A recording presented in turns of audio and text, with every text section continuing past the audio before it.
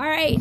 Hi, you guys. I wanted to give you guys my latest update, kind of where we are with breast cancer, the breast cancer journey. You guys know I had surgery December the 1st, and they went in and it's my right breast. They did a full mastectomy, radical mastectomy, took it off, did the reconstruction.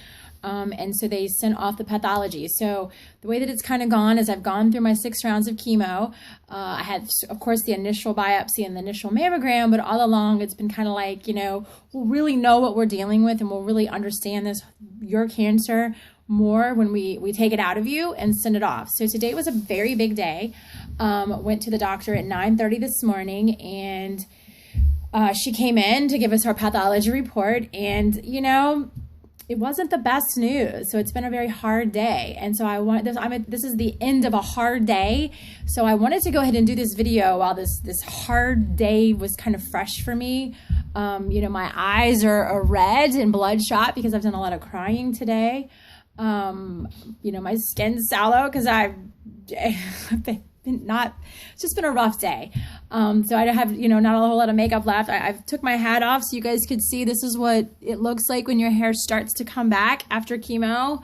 Starts to come back like after about 6 weeks. There's like a little bit of fuzz. So anyway, back to the pathology report. What happened was they got in there, discovered that the tumor was like 10 centimeters, which certainly would bump me into a stage 3 category. All along, we thought we were dealing with a stage 2 breast cancer. So because of the size of the tumor, it was stage 3. They took out all my lymph nodes. I had 28 lymph nodes and found out that 26 of those lymph nodes were positive. So that wasn't, so great. The way that they say it is I had what they would call a limited response to chemo.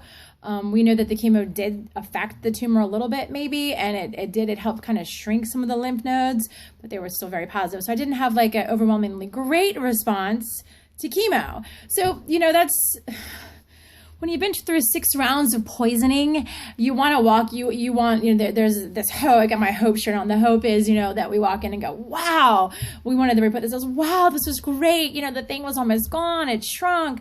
Your lymph nodes, you're clear. So, I guess I had these grandiose visions of what I hoped my report would be. And it in fact was not that.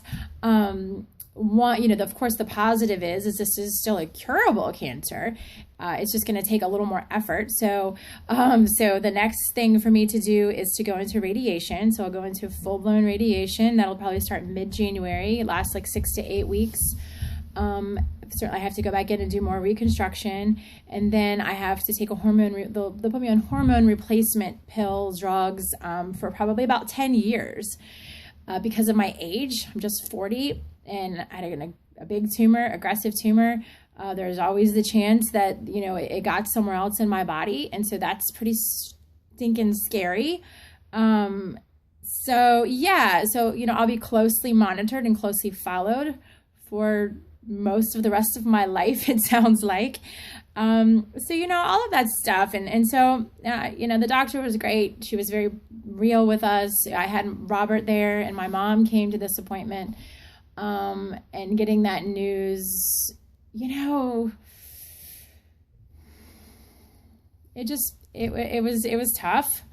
A friend of mine who is, her husband's going through pancreatic cancer, which has been deemed terminal. She explained it as she always feels like there's a wolf behind the door. It kind of occurred to me, I'm like, this was my wolf. Where you want good news, you want to open the door and have really great news, and you don't, and there's that wolf staring back at you.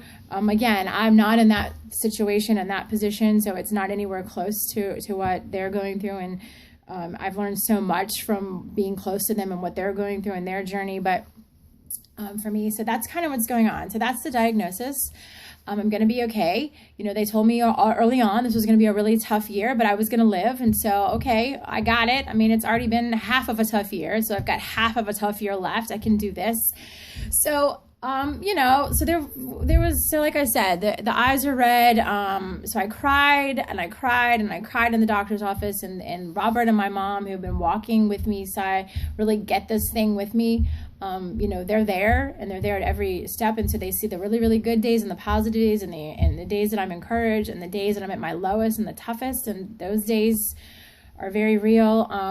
And so anyway, so yeah, so that's where we are. But but you know, and through it all, I want you guys to know that my faith gets stronger with every single step, because this is out of my control, really. This is really out of the doctor's control. We can all do what we can do to stop this cancer and to make it go away and to cure me. But really, when God decides to call me home, you know, there's not a whole lot we can do when it's time. And so, you know, I know that God is not just there, but he is like he and I are like tight. We're in great unity walking through this thing together. A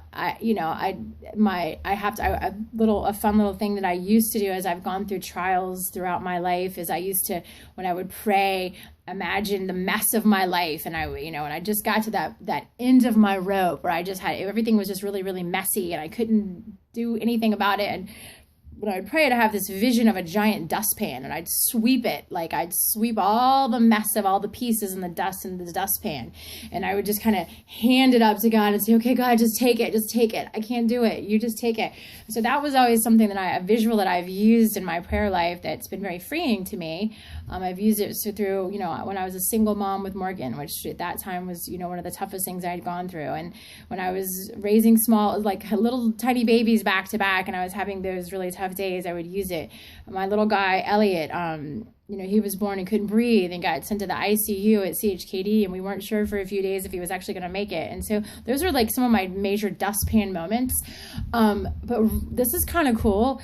This cancer and this struggle and this journey, my dustpan moments, it's actually gotten bigger than that. And so now, like I had this visual today when I was praying that there's like the universe is a canvas, and I've got a paintbrush, and God's like helping me paint on this. You guys know, anybody that knows me knows I have a great appreciation for art. I'm not an artist, but I have like artwork all over my house. I just love it. And so anyway, so this vision of like me with a paintbrush and God like holding my hand with the paintbrush, but we're not painting on a canvas. We're actually like painting into the universe. And I saw this painting by this child prodigy who is inspired, her paintings are inspired by God, and she had done this kind of self-portrait along these lines.